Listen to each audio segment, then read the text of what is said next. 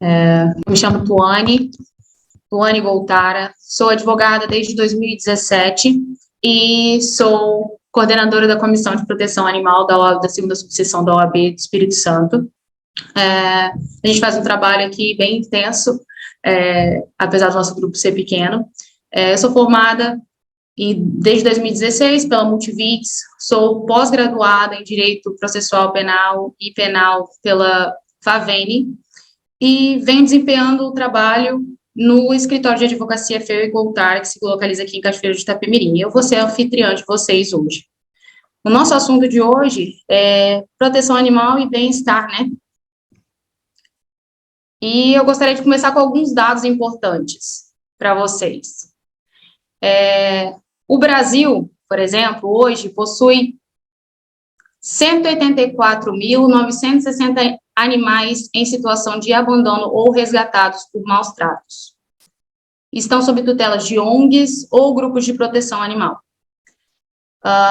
Dos mais de 184 mil animais tutelados, 177.564, ou seja, 96% deles são cães, e 7.398%, ou seja, 4% são gatos.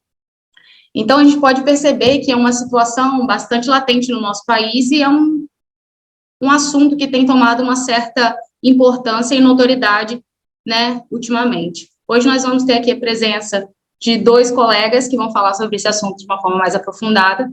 Eu só estou aqui para dar essa introdução. Teremos aqui hoje o doutor Adílio Domingos dos Santos Neto, advogado especialista em ciências criminais, professor de ética profissional, atual presidente da segunda subseção, meu presidente, da OAB-ES, membro da Comissão dos Direitos dos Animais do Conselho Federal da OAB e membro da Comissão dos Direitos dos Animais da nossa subseção, a segunda subseção da OAB do Espírito Santo. O Adílio vai estar representando aí, né, a parte brasileira desse nosso congresso, e para fazer a parte, né, dos direitos dos animais. Temos uma companheira. A minha está aqui também, só não dá para levantar para mostrar, que é muito grande. Para falar sobre essa situação em Portugal, nós teremos aqui hoje o doutor Diogo Pinto de Couto, que é advogado associado na Sociedade de Advogados de José Pedro Aguiar Branco e Associados, com escritório em Porto e Lisboa, desenvolvendo suas atividades na área de direito público e ambiente, energia e recursos naturais, ou seja, bem dentro da área dele, né? Nós estamos. Nas suas áreas de atividade, tem estado particularmente focado no direito de urbanismo, funcionalismo público, direito dos animais e procedimentos de auditorias, licenciamento e contraordenações diversas, assegurando todo o contencioso do Conexo.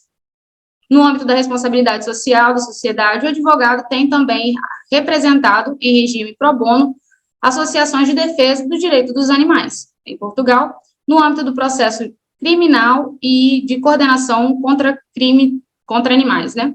Sendo advogado ainda associado e fundador e secretário da direção de uma associação de acolhimento e reabilitação de animais para adoção. Currículo extenso, hein, doutor? Então, essas são as considerações iniciais que eu precisava fazer para vocês. Espero que vocês, assim, tirem muito proveito desse assunto, que é particularmente muito importante para mim, e eu gostaria até que a nossa sala estivesse mais cheia, mas eu vou deixar aí a palavra, então, com o doutor Adílio. Obrigada. Eu começo, então? Exatamente. Tá, bem, eu estou aqui com essa pequenininha aqui, ó, acompanhando a gente, né? E eu fiz questão, deixa eu colocar ela aqui para fora, porque está um pouquinho frio, eu só quis trazê-la aqui na abertura. Porque eu acho que um tema como o nosso, não é, doutor Diogo, se faz necessário a gente ter a presença aí de uma amiguinha dessa, que inclusive é fruto de um resgate, né? A gente tem... Opa, boa noite. Eu gostaria de ser transferido para o direito previdenciário do VOB. Aí para a Flaviana vai abrir aqui o link para você. Show.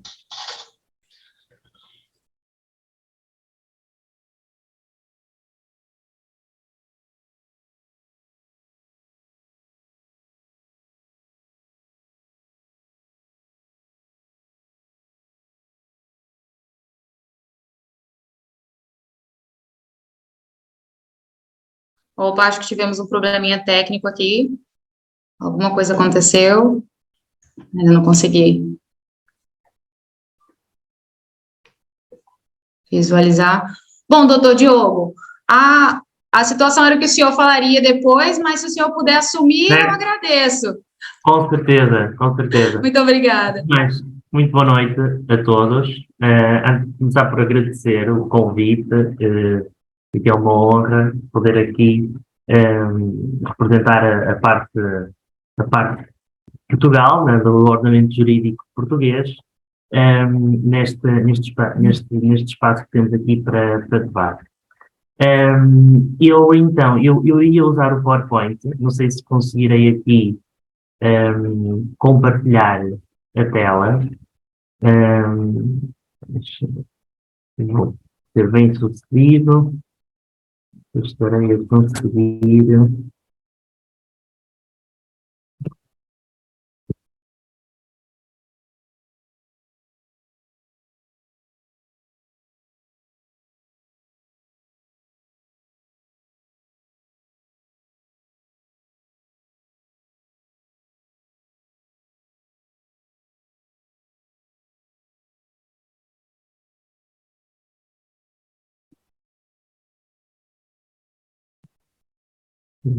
Conseguimos ver sua tela, doutor. Conseguem ver? Sim.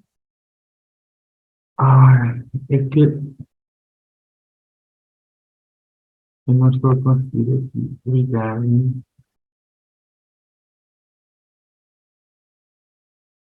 Agora, sim. Conseguem ver o PowerPoint? Perfeito, está aparecendo. Sim. Dá para ver? Ótimo. Também já vi que temos o Dr. Abílio connosco, novamente. Voltei, fui mandado lá para a sala de previdenciário, mas voltei. Muito bem. Estavam querendo te roubar da gente, hein? Então, É porque eu acho que foi eu que pedi para me mandar para a sala de previdenciário, mas não me mandaram ainda não. Vitor Hugo.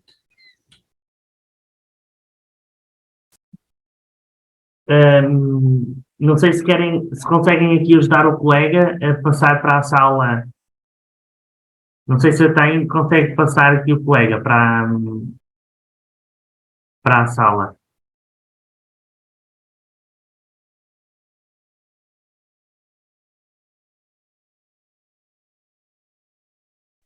Acho que ele já foi, doutor. Acho que ele conseguiu, ele conseguiu.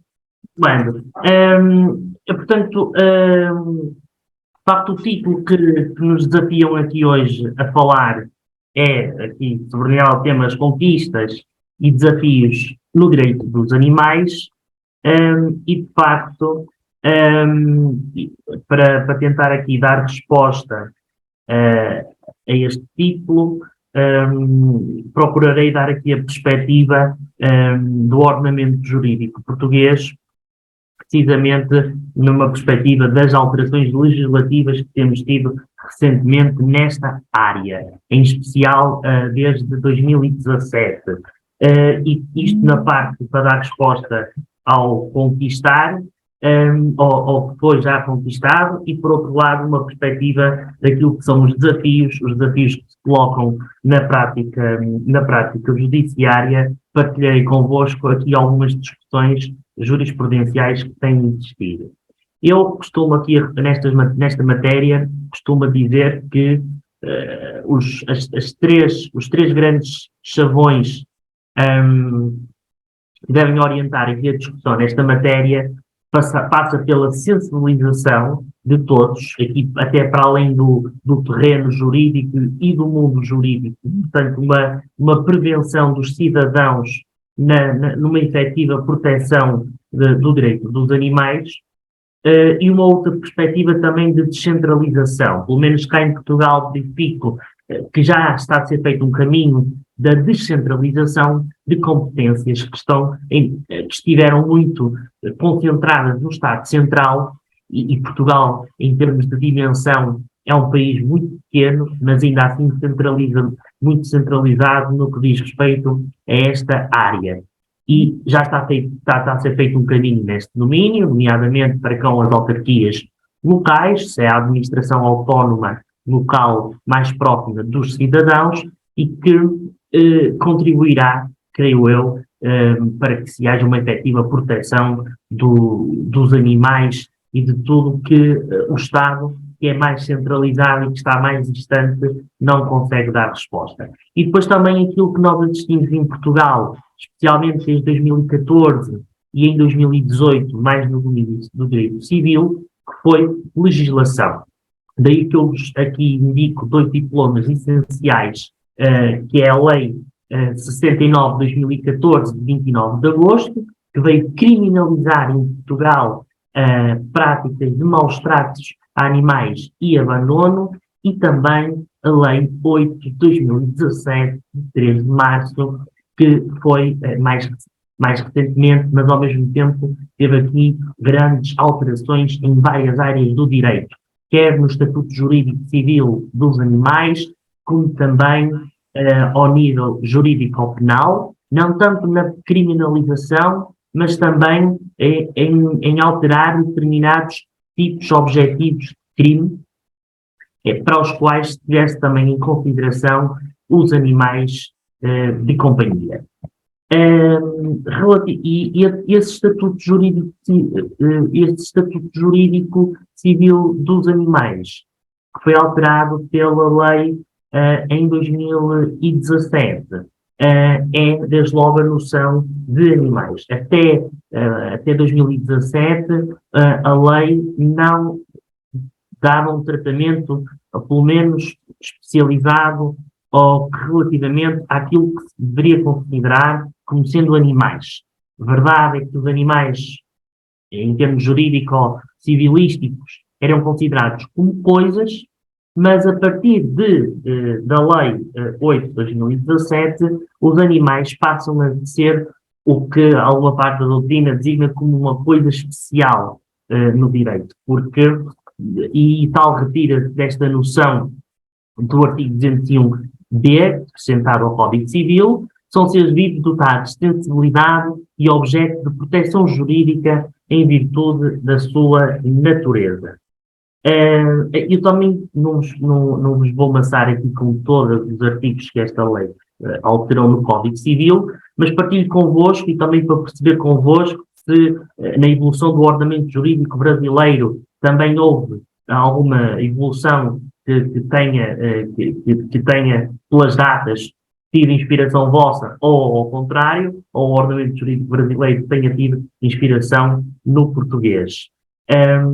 E aqui até, para além deste artigo 323, que é relativamente aos achados, queria partilhar também convosco aqui um artigo que para mim acho que foi inovador nesta lei, que foi o artigo 1305-A, em que estabelece aqui do ponto de vista civil, do direito civil, um conjunto de obrigações para um proprietário, ou proprietário de um animal, deve assegurar o seu bem-estar e respeitar as características de cada espécie e observar, no exercício dos seus direitos, as disposições especiais relativas à criação, reprodução, detenção e proteção dos animais e à salvaguarda de espécies em risco, sempre que exigíveis.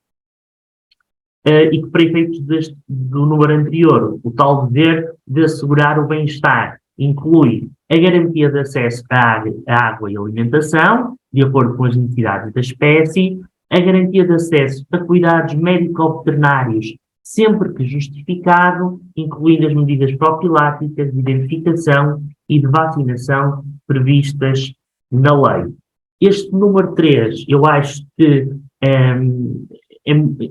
acaba por dar aqui o tal estatuto jurídico especial que o animal passou a ter, porque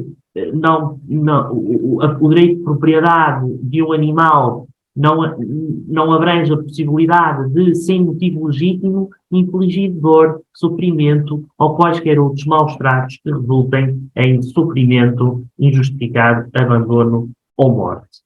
Portanto, o direito de dispor aqui de um bem, como se de um bem qualquer se tratasse, está arredado por força daquele número 3. Também ao nível dos bens penhoráveis ou impenhoráveis, em sede de discussão, a lei em alteração classificou como bens absolutamente impenhorados os animais, absolutamente impenhoráveis os animais de companhia. Aqui já mais ao nível do direito da família, nos divórcios por mútuo consentimento, que correm em termos das conservatórias do registro civil, um dos documentos a instruir os processos de divórcio passou a ser precisamente o acordo sobre o destino dos animais de companhia, caso existam na família. Relativamente também aqui ao artigo 1793, em que os animais de companhia são confiados aos cônjuges, ou a um ou a ambos, mas lá está, tendo em conta os interesses de cada um dos cônjuges e dos filhos, e também, e sempre, sem nunca desconsiderar, o bem-estar animal. Ao nível, portanto, com estas normas que eu partilho convosco, mesmo só para dar esta nota de que, a partir de 2018, os animais não deixaram de ser coisas, mas passaram a ser coisas com um estatuto jurídico especial, designadamente com a proteção que sobre eles recai. Do ponto de vista do direito criminal, em 2014, nós tivemos pela primeira vez em Portugal a criminalização dos maus-tratos e o abandono de animais. Posteriormente, através da Lei 39 de 2020, de 18 de agosto, tivemos esta lei, não criminaliza novas condutas, mas passa a agravar, a uma agravação das sanções e também ao nível do tipo de crime. Enquanto com a lei de 2014 o ordenamento jurídico português previa só o crime de maus-tratos, em 2020, para além da agravação da moldura penal abstrata, também acrescenta ao tipo legal de crime de maus-tratos a animais, acrescenta a morte de animais.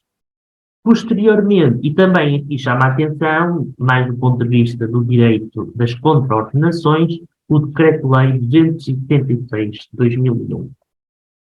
Partilho convosco o artigo 389, que, para efeitos jurídico-penais, prevê o conceito de animal de companhia como qualquer animal detido ou destinado a ser detido por seres humanos, designadamente no seu lar, para seu entretenimento e companhia.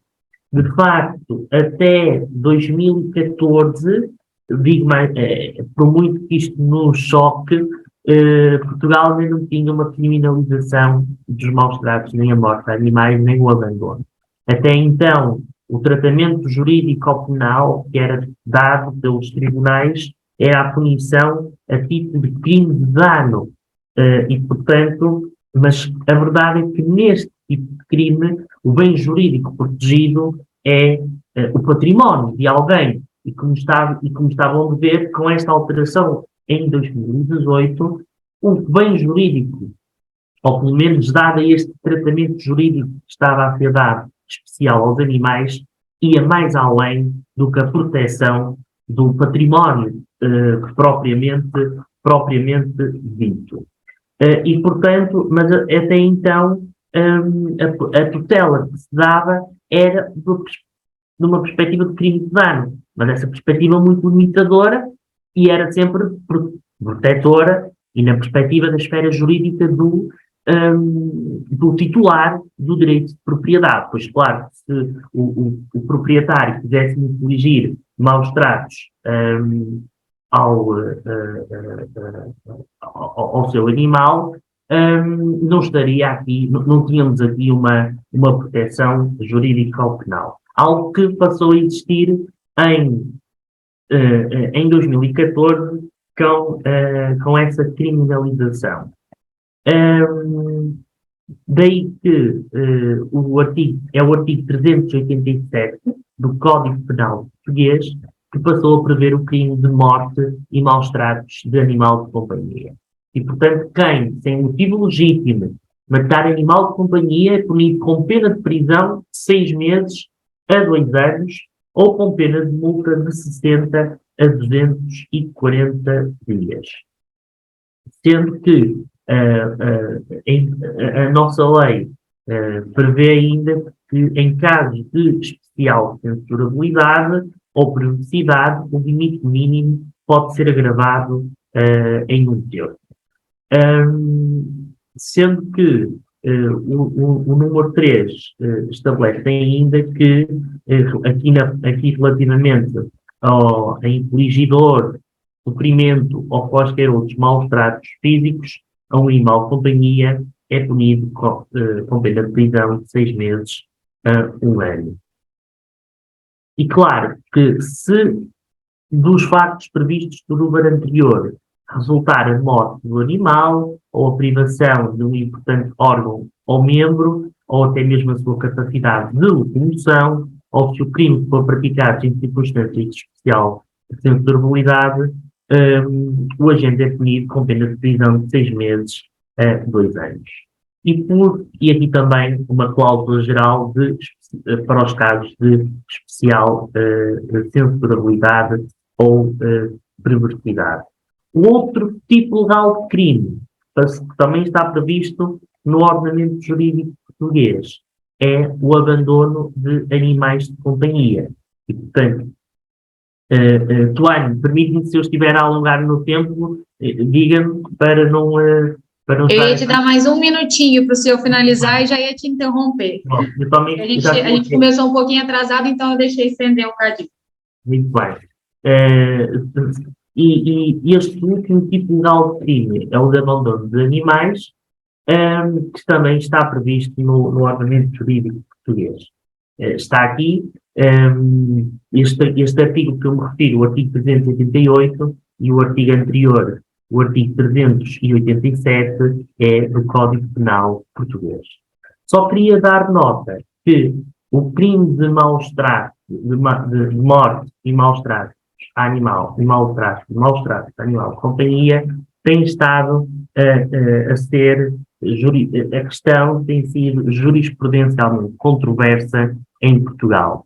Dignadamente, já temos acórdãos do Tribunal Constitucional que entendem que o tipo de crime é inconstitucional. Parte-se do princípio de que, ou melhor, a primeira, em sede a tese que se aderiu em primeira instância foi a de que neste tipo de crimes o bem jurídico protegido não reside na integridade física e na vida do animal, companhia, mas num bem coletivo e complexo que tem na sua base o próprio reconhecimento pelo homem de interesses diretos aos animais individualmente considerados, mas que ao mesmo tempo reflete a afirmação do interesse de todos na proteção da sua integridade física. A verdade é que o Tribunal Constitucional, permite só terminar e até Claro. para a discussão, porque em Portugal esta questão ainda não está assente e no limite não está a permitir uma efetiva punição do crime de maus tratos a animais, porque o Tribunal Constitucional o que entende é que a verdade este tipo de crime está a proteger é a integridade física do animal. E tal não tem acolhimento na Constituição, na perspectiva de acordos que já se pronunciaram em sede de fiscalização sucessiva concreta da constitucionalidade, e infelizmente isto tem levado a que este artigo seja, este crime seja letra morta e que tenha levado à absolvição de alguns arguidos em processos de maus tratos a animais. Depois lanço esta questão, até porque eu posso depois explicar melhor, se for do vosso interesse, mais para a frente. Muito obrigado. Claro, mas vimos que o ordenamento jurídico português deu um salto em relação ao ordenamento jurídico brasileiro, e aí eu vou deixar o doutor Adílio falar melhor sobre isso. Acho que agora é só voltar para a tela principal.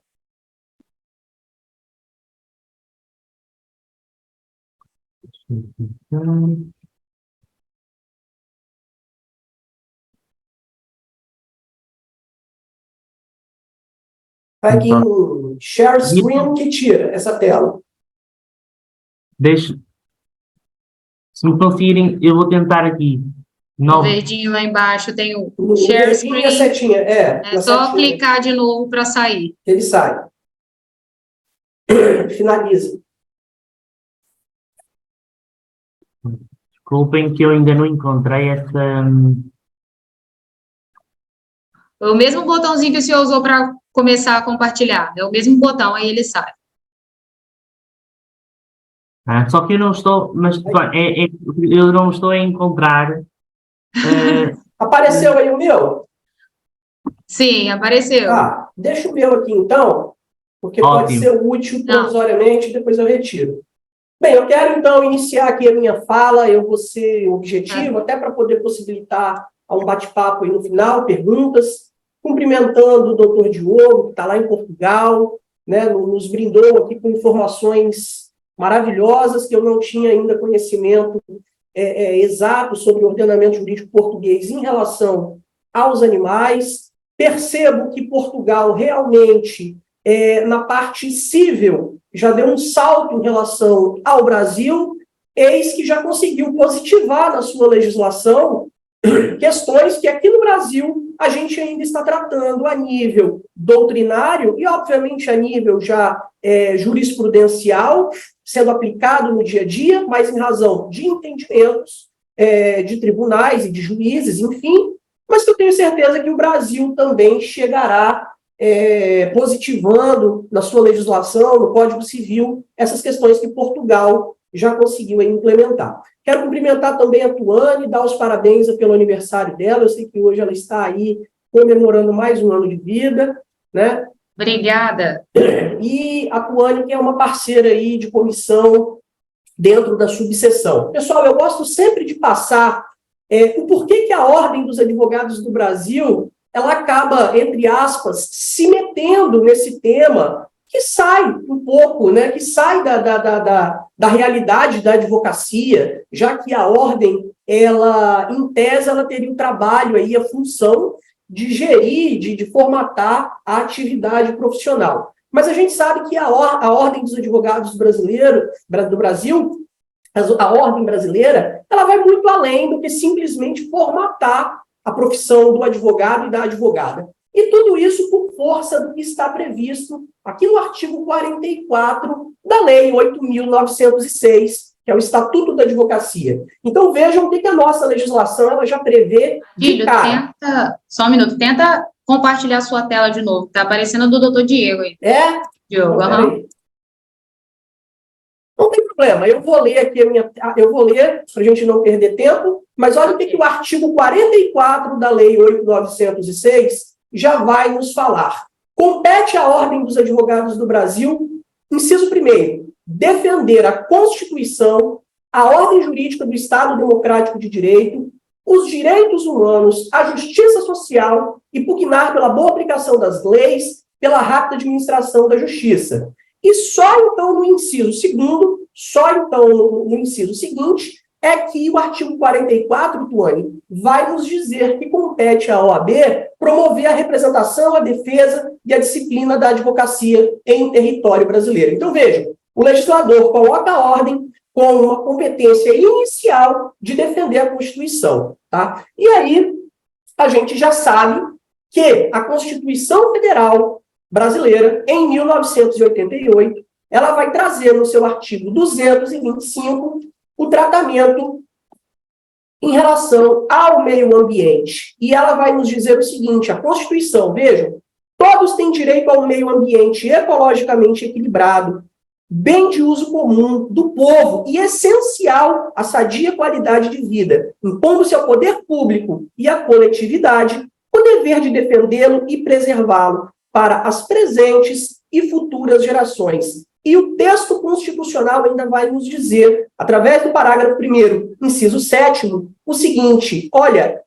é impositivo, é necessário, é obrigatório a proteção da fauna e da flora, vedadas, na forma da lei, as práticas que coloquem em risco sua função ecológica, provoquem a extinção de espécies ou submetam os animais à crueldade. Então, vejam, tratar de direito e proteção animal é obrigação imposta pela Constituição Federal, que em 1988 dá um verdadeiro salto ao constar no seu artigo 225 essa previsão. O que nós tínhamos até então era um cenário de completo abandono em relação à proteção animal. Até 88, quando o Brasil realmente resolve olhar com mais atenção para esse assunto, nós tínhamos um tratamento deixado de lado. Os animais realmente não tinham importância no cenário. Como o doutor Diogo colocou, o tratamento era de coisa, né? Tratava-se do direito, tratava-se do animal, não com um olhar no animal, mas sim no direito de propriedade,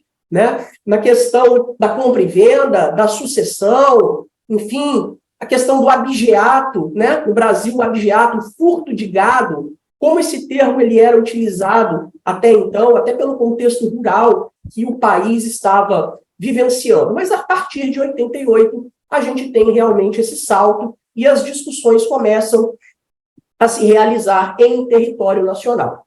Bem, como a gente sabe, né, a Constituição brasileira é uma Constituição extensa, é uma Constituição que opta por detalhar sobre todos os assuntos, mas ela deixa para legislações outras, para a lei infraconstitucional, o tratamento mais esmiuçado dos temas que ela vai abarcar. É assim com o direito do consumidor, é assim com o casamento, é assim com o divórcio, enfim, com todas as esferas. E com o meio ambiente não foi diferente.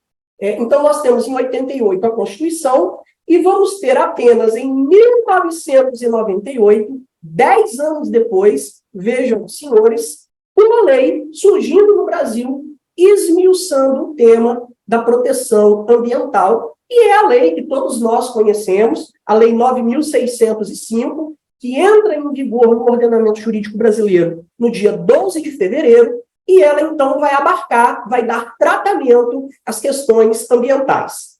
Essa legislação vai trazer, além de conteúdo de direito material, tratando ali da fauna e da flora, especificando os crimes ambientais, e também vai tratar de direito processual. É uma lei que tem um caráter administrativo, tem um caráter civil e tem, principalmente, sobretudo, um caráter penal, um peso penal, né, impondo sanções, tipificando condutas de forma muito forte.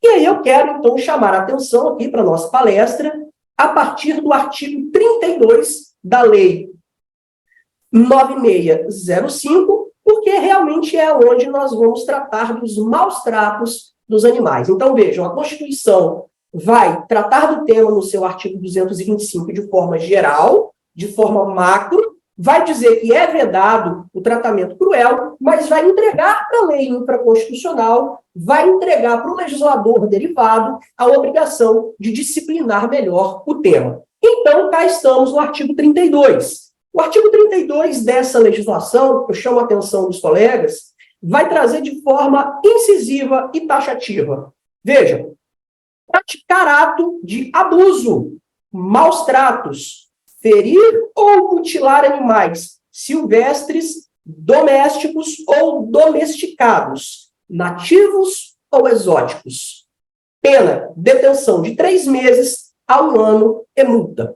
Então, eu aqui, Tuane e Ana, que eu estou vendo aqui agora, e demais colegas, eu já chamo a atenção que, diferentemente do que muitos pensam, a gente ainda tem um pouco dessa confusão no dia a dia prático, não é só cão e gato ou animal pet que é detentor de proteção jurídica em relação à crueldade, não.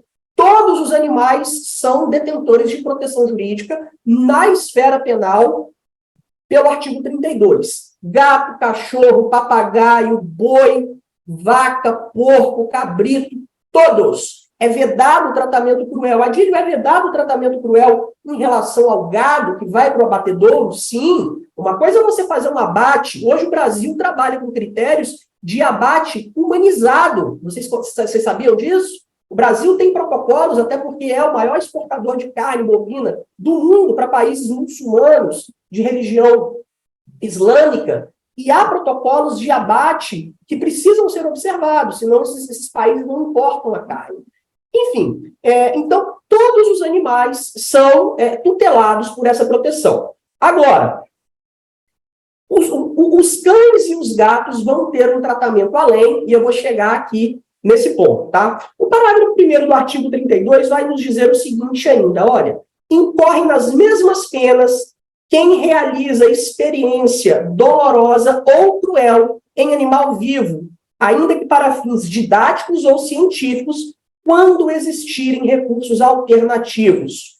Quero fazer um corte aqui nesse trecho, tá? O Brasil, na virada deste ano de 2022 para 2023, por meio do CONSEA, que é o Conselho Nacional de Controle de Experimentação Animal, ele proibiu em território brasileiro o uso de animais em experimentações de natureza, de elaboração de produtos para tratamento, produtos de beleza, produtos capilares. Portanto, no Brasil, não é mais permitido o uso de animais nesses testes. Espera aí que a minha câmera caiu aqui.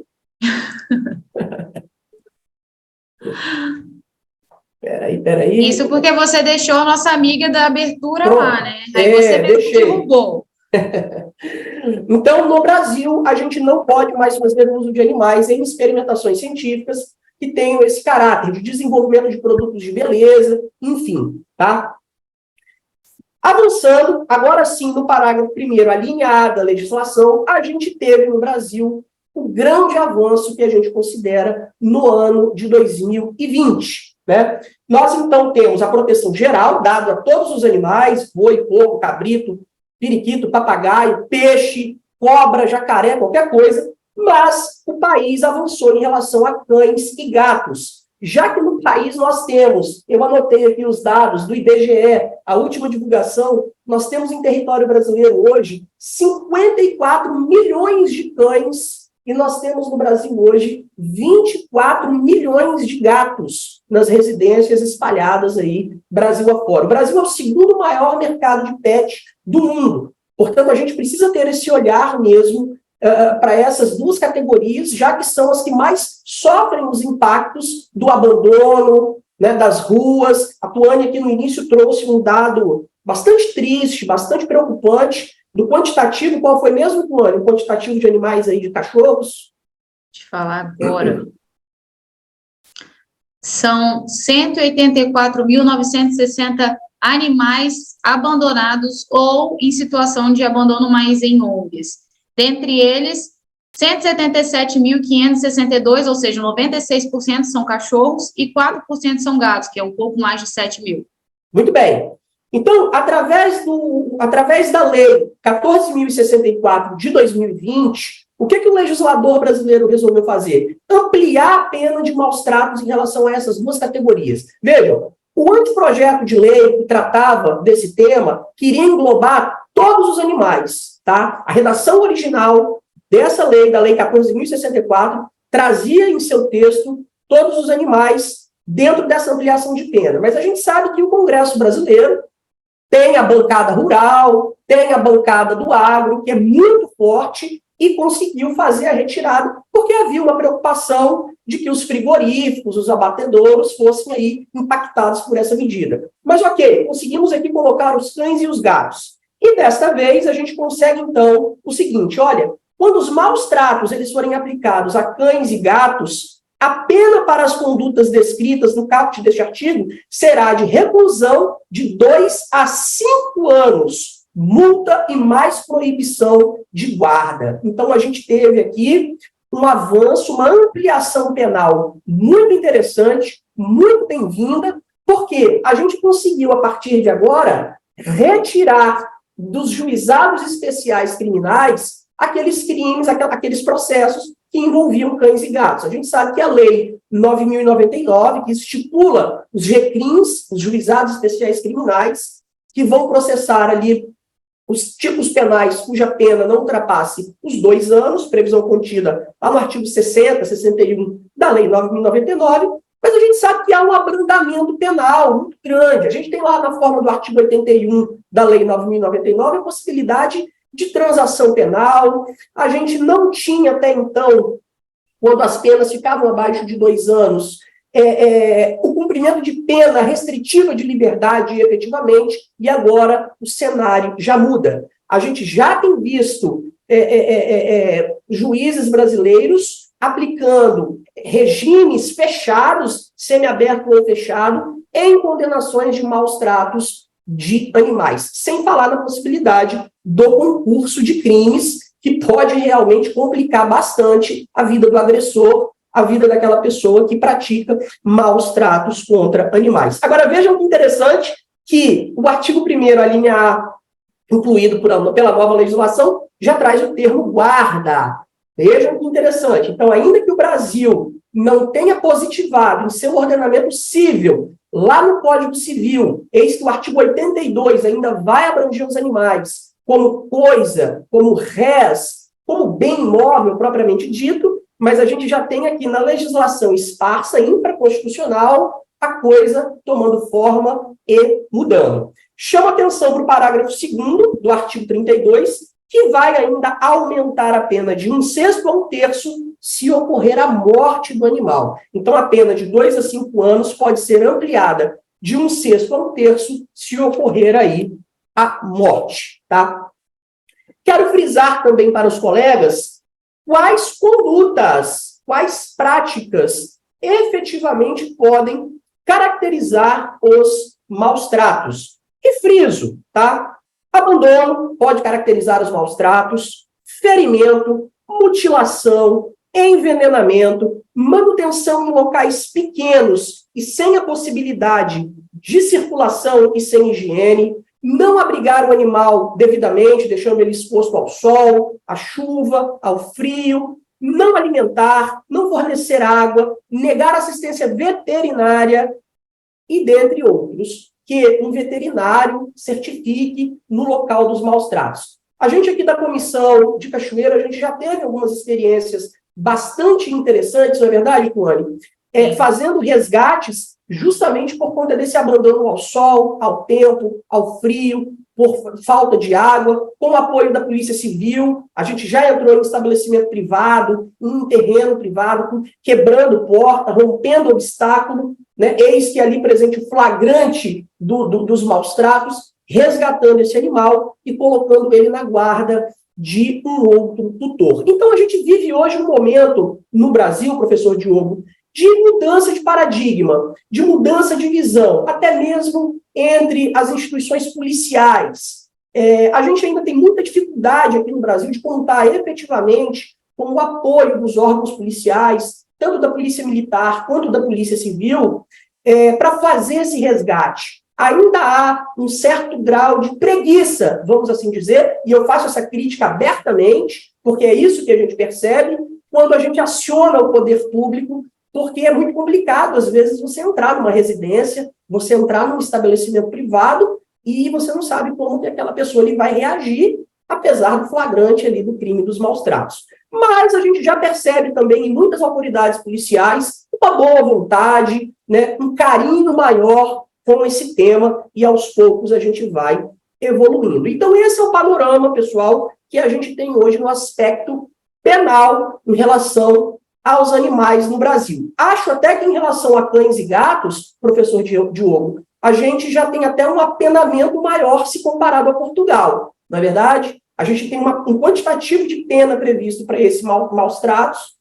se a gente for comparar com o ordenamento jurídico português, não obstante, Portugal já está bem à frente na questão civil, como eu disse aqui no início. Faço também aqui algumas ponderações, pessoal, no direito de família. Sim, o direito de família. Temos implicações bastante interessantes hoje da questão animal no direito de família. Eis que nós estamos discutindo hoje no Brasil a questão da família multiespécie, né? Vejam que o nome já é bastante intuitivo, já é bastante interessante e já nos leva ao entendimento de que, sim, uma família pode ser composta por indivíduos de mais de uma espécie. Isso ainda não está... Oi?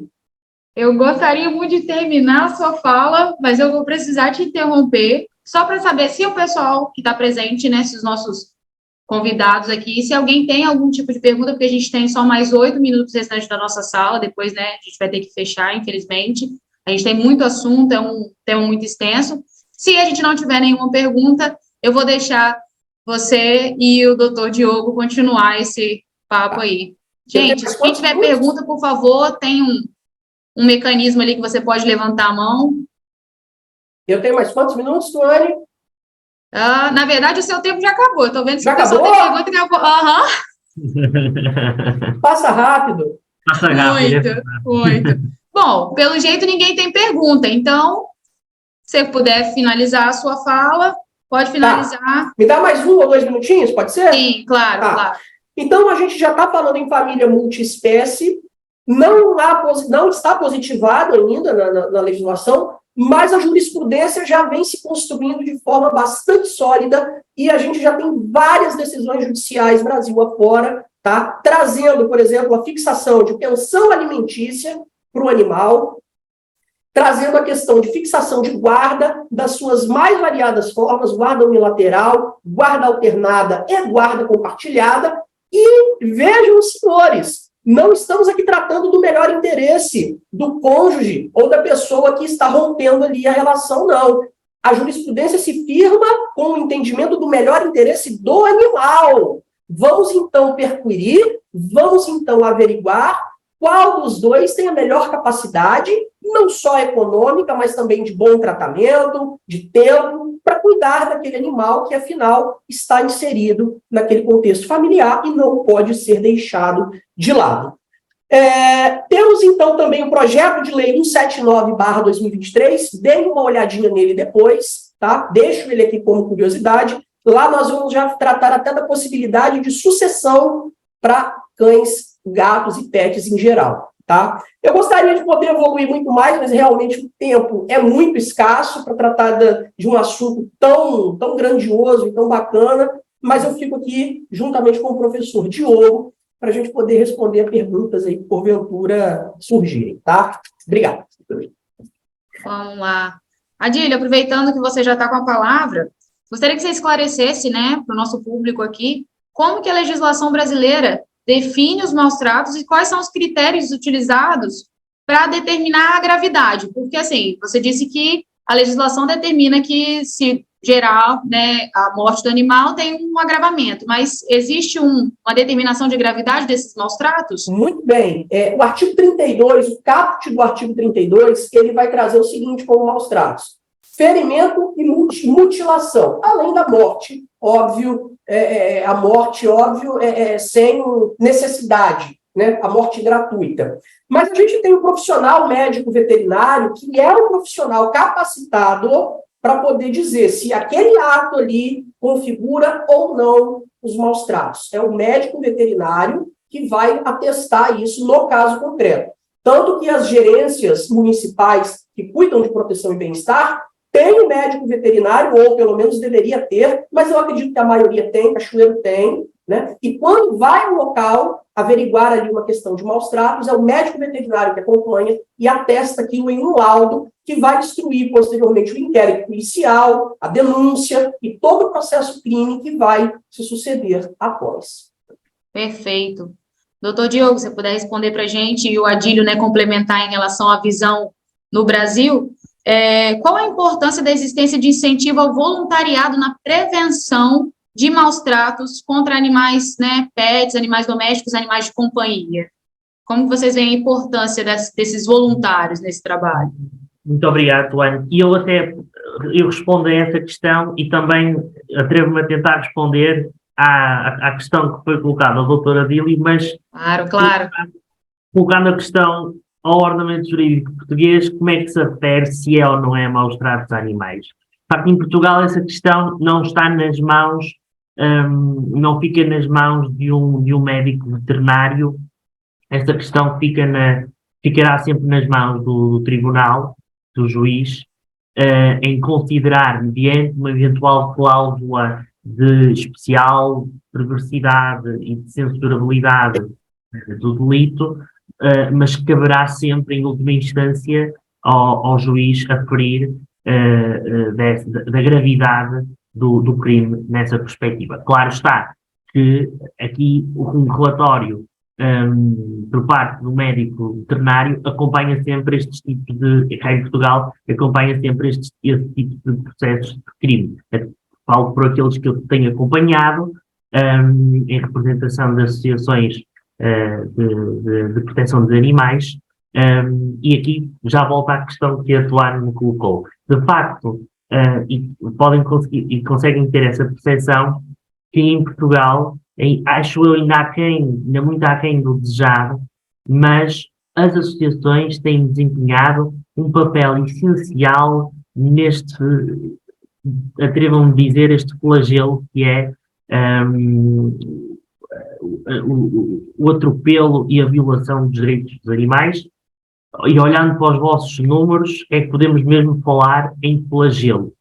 Portugal é um país que é tradicionalmente muito assente no voluntariado e muito assente também no associativismo. Em toda a comunidade civil, aos mais diversos níveis, nós temos um conjunto diverso de associações, seja no âmbito social, seja no âmbito da proteção civil, nomeadamente nos bombeiros. Portugal tem uma grande tradição ao nível do voluntariado nos bombeiros, com associações com mais de 100 anos, que asseguram a emergência médica em regime de voluntariado em Portugal. A emergência médica em Portugal é assegurada por quase 90% pelos bombeiros voluntários, num regime que é assente ele apenas no voluntariado e nada mais. E, portanto, há um espírito em Portugal de voluntariado muito grande e que também se está a ver ao nível da proteção dos animais. E conseguimos ver que as associações começam a desempenhar esse papel. Agora, claro está, são associações que são um conjunto que têm um substrato por trás de cidadãos interessados na causa animal. Claro que aqui os incentivos por parte do Estado eram e afiguram-se absolutamente essenciais para que a causa animal seja efetivamente seja efetivamente protegida. E depois também numa perspectiva preventiva, que também essas associações, mais uma vez, podem contribuir. Adílio? Voluntariado move o mundo, né? Já dizia o ditado. Então, além de ser uma necessidade para a manutenção do bem-estar social, se nós não pusermos a mão na massa, a coisa não acontece. Entregar isso somente ao poder público, a gente sabe que o poder público sozinho não dá conta disso. Eu dei aqui os números do quantitativo de animais. Além disso tudo, é o impositivo constitucional que está previsto lá no artigo 225, que diz que a obrigação por um meio ambiente equilibrado, um bom meio ambiente, é do poder público, mas também é da coletividade, é da sociedade. Então, além de ser um dever nosso, né, de cidadão e de cidadã, é uma obrigação constitucional. Bom, gente, infelizmente, a gente tem 46 segundos antes da nossa sala se fechar. É um assunto que, particularmente, e vejo que para os colegas também que participaram desse GT, é um assunto bastante importante, até pessoalmente. Infelizmente, a gente não tem tempo suficiente, então eu gostaria de agradecer a Adílio, doutor Diogo, pelas explanações, e gostaria que a gente tivesse mais tempo, poderemos até ver outros eventos para que a gente possa falar melhor sobre isso. Quem tiver mais interesse aqui em Cachoeira de participar, a gente tem a comissão e a gente tem a possibilidade de membros honorários que não são advogados. A gente deixa aqui o convite, né, extensivo para os advogados e para os nós advogados para participar. Muito obrigada a todos e boa noite.